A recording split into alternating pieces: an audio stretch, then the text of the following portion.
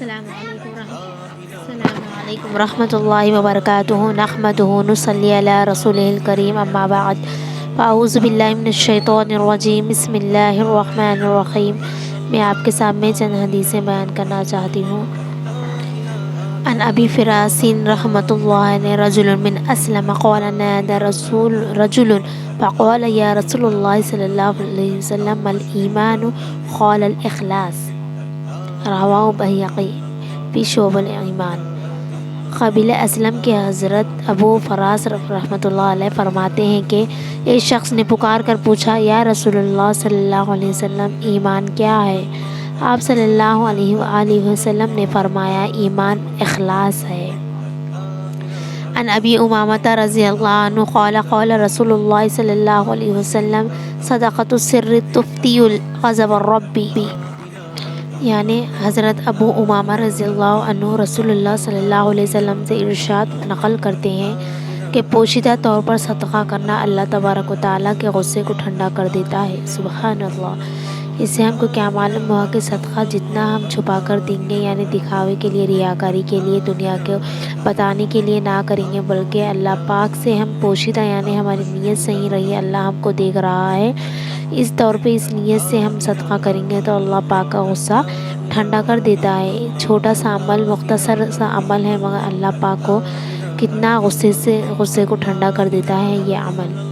اس سے ہم کو یہ پتہ چلا کہ ہم کو صدقہ دینے والا، پوشیدہ طور پر ادا کرنے والا بنائیے، آمین۔ ام المومنین حضرت عائشہ صدیقہ رضی اللہ عنہا بیان کرتی ہے کہ میں نے رسول اللہ صلی اللہ علیہ وسلم سے آیت یعنی والذین یؤتون ما آتوا وقلوبهم وجلۃ کا مطلب دریافت کیا، یعنی جس میں اللہ تعالیٰ کا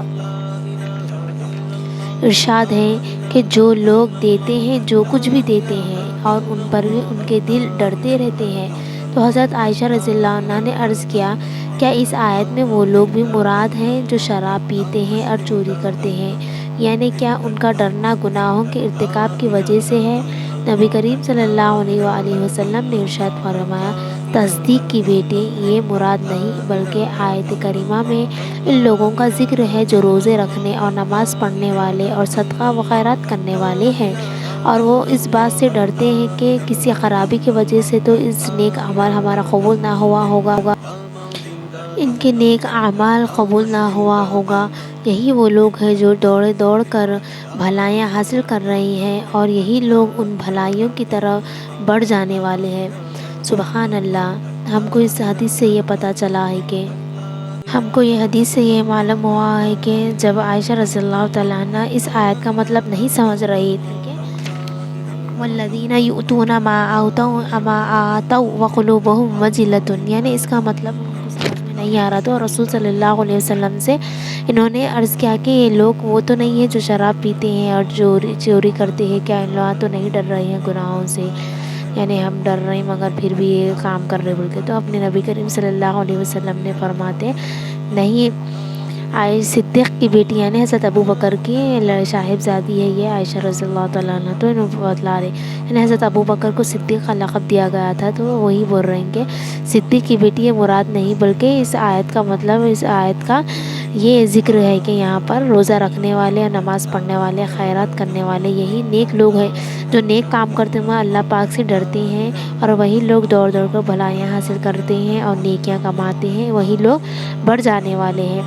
اس حدیث سے یہ معلوم ہوا ہے کہ ہم کو روزہ رکھنے اور نماز پڑھنے پر بھی اللہ پاک سے ہم ڈرتے ہیں، تو اور ہم کو بھلائیاں کی طرف راغب ہوتے ہیں، اور نیک کام کرنے میں ہم کو پہل ہوتا، یعنی اللہ پاک ہم یہ کر رہے تو ڈر رہے، مگر پھر بھی اللہ پاک ہم کو اجر و ثواب دیتے ہیں۔ تو یہ حدیث کا مطلب ہے کہ ہم کو جتنا چاہے صدقہ، نماز، روزہ، خیرات کرنا چاہیے، اس کا اجر و ثواب اللہ پاک دیتا ہے۔ تمام اعمال کا دار و مدار نیت پر ہے، یہی اعمال قبول ہونے کا، نیک اعمال ہم جو زندگی میں کرتے ہیں وہی اس کا مطلب ہے یہاں پر۔ اگر آپ کو یہ حدیث سمجھ میں آئے تو کمنٹس میں لکھیں، لائک، شیئر، سبسکرائب ضرور کریں الخیر اسلامک چینل کو۔ اگر کوئی خواہش مند ہے پڑھنے کے تو بھی آپ آن لائن بھی کلاسز جوائن کر سکتی ہیں۔ اللہ حافظ، جزاک اللہ خیر۔